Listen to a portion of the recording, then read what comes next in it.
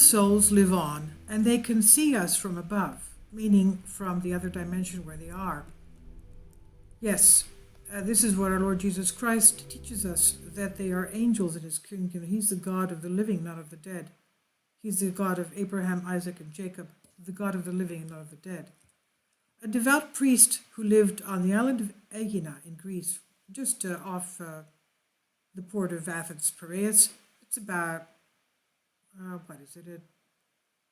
hour flying dolphin ride from the port of Piraeus. It's a nice little island, very close by.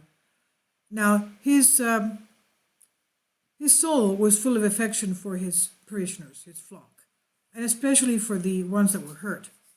The day that he was tested, he suffered a lot. His daughter, a lovely girl, had recently married, and she was a housewife. So it was time for her to bring her first child to the world, to give birth. At birth, however, she died. Witnesses went to meet her, said that she went to meet her creator, leaving much pain behind her. Her priest also suffered greatly. Her father, the priest, suffered greatly, losing her, but with steadfast faith in God offered commemorated services for her in his holy name, and he expressed his love for his daughter with warm prayers for her soul and with secret alms. The priest had a brother. He was a captain, and having retired from the sea, he became landlocked for the rest of his life. He had a lot of wealth from his being a captain. Of course, they get paid a lot of money, and was now enjoying his full of his retirement. Unfortunately, though, he was unfaithful. He was an infidel, despite having a good heart. In the evenings, when they were gathered at his home, welcoming some friends, some islanders who offered their services to the church drank their warm sage tea and were just chatting. And one night the captain joked with the priest and said, all right, come on now, priest. There is no other life, and your daughter sees what we say and do. That your daughter could see what we say and do. And the priest humbly tried to help him to dispel the unfaith that he had, because he knew that his soul was deeply suffering in his fact that he didn't have any faith. But he did not appear to be affected. So one night the priest sees his daughter in his sleep.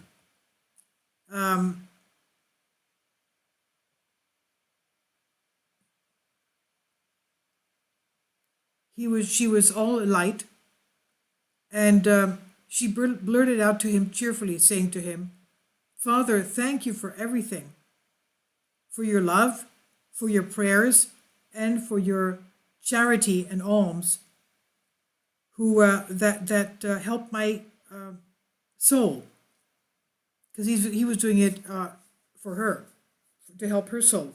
And this is exactly what we are taught in theology, the doctrine of our Christian faith. "And for the alms that you do for my soul, tell me, please, and tell my uncle, the captain, that I thank him for the fish he had, for the fish that he sent me." He said that, and while he was smiling angelically, a ton of light went off. She left him after that. Now, when the priest got up in the morning, he felt great joy and emotion. In the evening, there was a ton of stories. The people gathered again today. Everybody was talking. Everyone was moved, and only the captain looked at his brother with suspicion. But when he told him that his niece would thank him for the fish he had sent her, and that he could not explain those words, the captain shook himself. His eyes filled with tears, and his hands began to tremble. Out of his mouth came the secret of faith of his heart. "My God," he whispered, and they all looked at each other in amazement. Everyone asked him what was going on. Why so much turmoil? Why so much emotion? And when he got some rest, he sat back in his chair, and without stopping his tears from running onto his sun-kissed face, he said in a humble voice, "Yes, it's true. Souls live, and they see what we do. Today, at her funeral, I was preparing to go down to the church where you would read the prayers for her funeral. I had a lot of pain inside me. You know, my dear, how much I loved your daughter. And she was always angelic and very, very sweet. And at that moment, a friend of mine, a fisherman, arrived under onto the pier with his catch, and he had a very good catch of fish, and they would bring it to me, and I would pay for the fish. And at that moment, I was annoyed by his presence as he held the rope hanging by his side. So I told him briefly, "I don't want fish today. I don't want anything. Today I'm burying my niece." The man froze when he heard it and stared at me uncomfortably. I regretted it and told him, "But yes, I'll pay it and help a poor soul on behalf of my niece's soul. I'll give it as charity and alms." So he took the money and left me quickly. I didn't tell anyone about this incident, and I had forgotten it. But for her soul, I didn't forget it, and her soul didn't forget it, and she told her father, the priest, to thank her uncle, the captain, for his alms on behalf of her soul. And he said he wiped his tears with his hand, and then she smiled sweetly, but then so sweetly. In the midst of this cute smile, the priest could discern the heart of the newborn, reborn faith of his brother, the captain. So the infidelity, the unfaithfulness of his brother had dissolved into faith. So glory be to you, Lord, whispered the priest and embraced him with his gaze. And this is a true story, and it's from Filmora and his son, translated to you by me from Greek and on Diadrastika. So you see what happened to this faithless man. The spirit, the soul of the daughter came to her father, thanking him for his prayers and his alms on behalf of her soul. And she also gave him a message to thank her uncle on behalf of buying a fish and giving it to some poor soul on behalf of her soul, for the comfort of her soul and forgiveness of her sins. And I've had various stories like this happening to my relatives. Unbelievable stuff, unbelievable. There was this, we were on a vacation, and it was in August, and we, summer fun and everything. And this uncle of ours went to get a beautiful, huge watermelon, and as he was carrying it up towards the village, and it was uphill, he found his demise, and we had his funeral, and we had his children there from the United States. One of them was a doctor. The doctor was faithless, and even though they were baptized Christian Orthodox, he didn't have any faith. And one of his sister-in-law told me, so and so, let's call him Charlie. Charlie had a dream about his father that passed away, and he gave him a message, and he forgot to, he can't remember the dream. And she told me this while we were in the church one Sunday morning, and he came in and said, "Oh, Charlie, what was your dream about your father?" And he said, "Oh, my dream was this, that he would be seeing the face of God soon."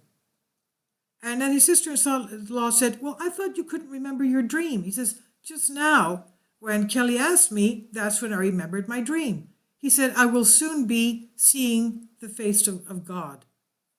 And this came out of the mouth of the doctor who was without faith. His father had God allowed that his father appeared to him and actually tell him that he was alive, his soul was alive, and that soon he would be going to see the face of God. And they had done alms for him as well, but we don't say those, but yes, they did. So there you go. They are around us and they help us because they are God's angels. So many times in the past, people don't do it today, but in the past, they would go to the cemeteries, talk to their, if their parents or their grandparents were deceased, they would go to them and pray and ask for help right over their, the cemetery, in the cemetery, over their tombs. This was a tradition, if their loved ones were no longer with them, they would go to the cemetery and ask for a blessing and pray and say, "Please help me, mommy, daddy, grandma, grandpa." And because they are God's angels and they help us. Yes. So God bless you, and that's what I wanted to share with you. Thank you so much.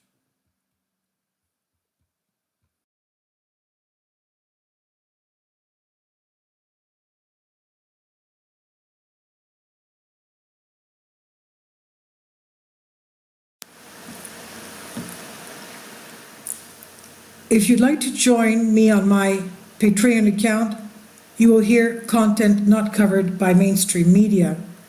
These riveting stories will be based on my research, and I will state my opinions and give my personal insight on diverse and controversial subjects and world events not covered by mainstream media, and not supported by YouTube guidelines.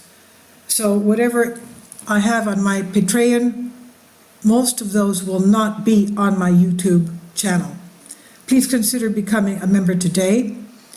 More of the most significant and important videos will be on my Patreon channel.